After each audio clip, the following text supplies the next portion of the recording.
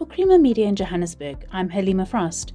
Today I'm speaking with Beer Association of South Africa CEO Charlene Louw and Hazeltine Brewing Company founder, owner and operator Marius Botha about sustainability in the South African brewing sector. Charlene Louw explains the sustainability practices that are currently being adopted across the brewing industry in South Africa. The industry is quite conscious, if I can put it that way, of the ecosystem, so to speak.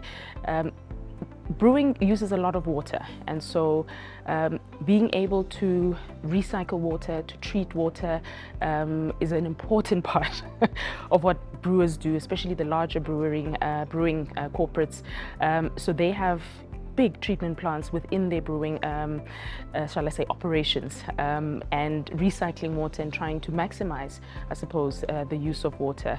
And partly what they do as well is support water organizations that are there to conserve water, because I think they have a clear understanding that there is no beer without water. So preserving natural water reserves across South Africa is something that they play very actively in and support. Marius Botha expands on what the microbrewery incorporates in terms of sustainable practices in its operations.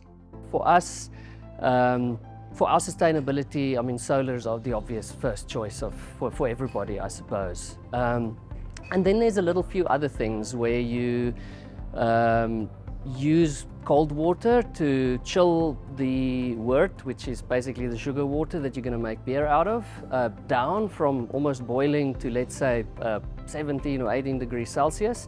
And that water that you used for the heat transfer then heats up.